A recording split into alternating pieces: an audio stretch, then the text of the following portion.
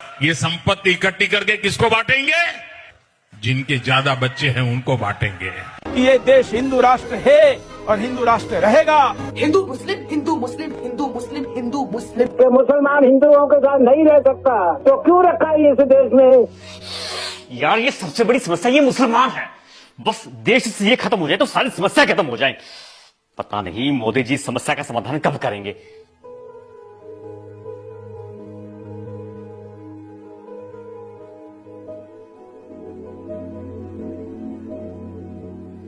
अरे अंकल, कितनी देर से देख रहा हूं आप बस टीवी में घुसे हुए हो।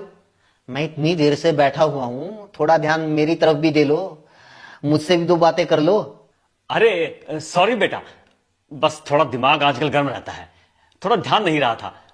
और सुनाओ, सब बढ़िया चल रहा है? हाँ सब बढ़िया अंकल, आप सुनाओ क्या बात है? काफी टेंशन में नजर आ रहे हो। बस बेटा क्या बताऊं, जैसे जैसे रिटायरमेंट नजदीक आ रही है घर की टेंशन बढ़ती जा रही है। पहले वाले कर्मचारियों की तरह हमें पेंशन भी नहीं मिलेगी। सोच रहा हूं आगे गुजारा कैसे होगा। छोटे वाले लड़के की फीस, रैंक भी इतनी अच्छी आई थी, हरियाणा के गवर्नमेंट इंस्टीट्यूट में नंबर भी पड़ गया था, लेकिन सरकार ने फीस को सालाना 50,000 से बढ़ाकर सीधे 10 लाख कर दिया। 4 साल में 40 लाख बताओ कहां से आएंगे। बच्चों ने धरने प्रदर्शन भी किए, तब जाकर फीस 30 लाख रुपए हुई, लेकिन 30 लाख भी कहां से लाएं?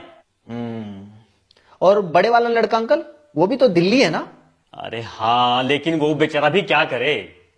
पहले वो कंपनी वालों ने नोटबंदी का बहाना बनाकर निकाल दिया, फिर दूसरी कंपनी वालों ने कोरोना में लॉकडाउन का।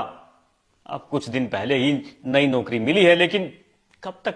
प्राइवेट कंपनी को क्या भरोसा। हाँ ठीक है अंकल, वैसे थोड़ी मेहनत तो लगती है, अच्छा होता अगर किसी गवर्नमेंट जॉब की तैयारी करवा देते। अरे वो भी करवाई थी भाई, लेकिन आजकल गवर्नमेंट जॉब बची कहां है।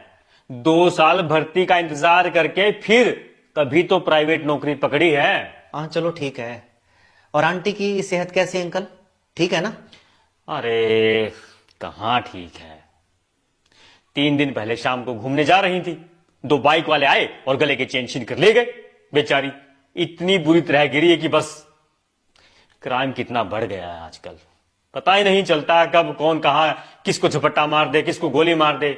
ऊपर से पुलिस कोई कार्रवाई नहीं कर रही। रिश्वत भी दे चुका हूं, फिर भी अब तक चोर नहीं पकड़े गए। 50,000 रुपए की चेन लेकर भाग गए। कोई बात नहीं अंकल, चेन तो और बन जाएगी, लेकिन आंटी तो अब ठीक है ना? कहां बेटा, बेड रेस्ट पे है आज तक। वो तो पहले से ही शुगर और गठिया की मरीज थी, हर महीने 10,000 रुपए की दवाई आती है। आजकल इलाज करवाना कितना महंगा हो गया है। मैं खुद इस डर से बीमार नहीं होता कि इलाज का रुपया कहां से लाऊंगा। हाँ तो किसी गवर्नमेंट हॉस्पिटल में जाया करो ना अंकल।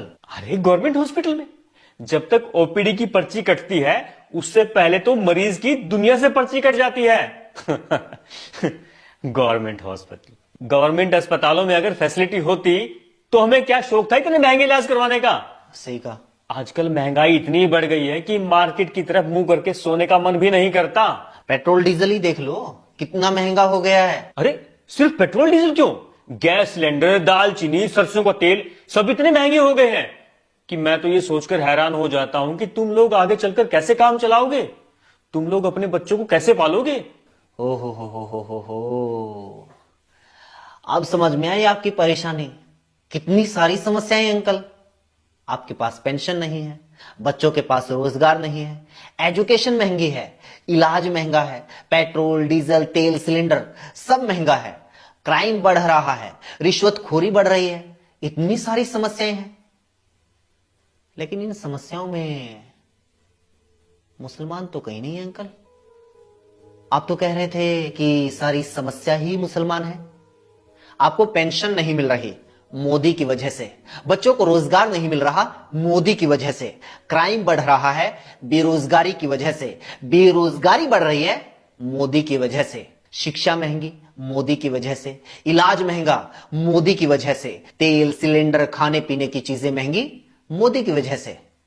बताओ आपकी समस्या मुसलमान है या मोदी? अरे बेटा, इतना तो कभी सोचा ही नहीं।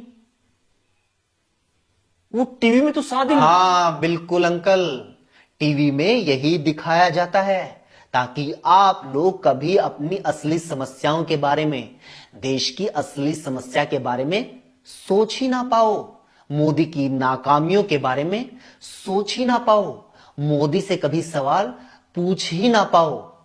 इसलिए टीवी में यही दिखाया जाता है।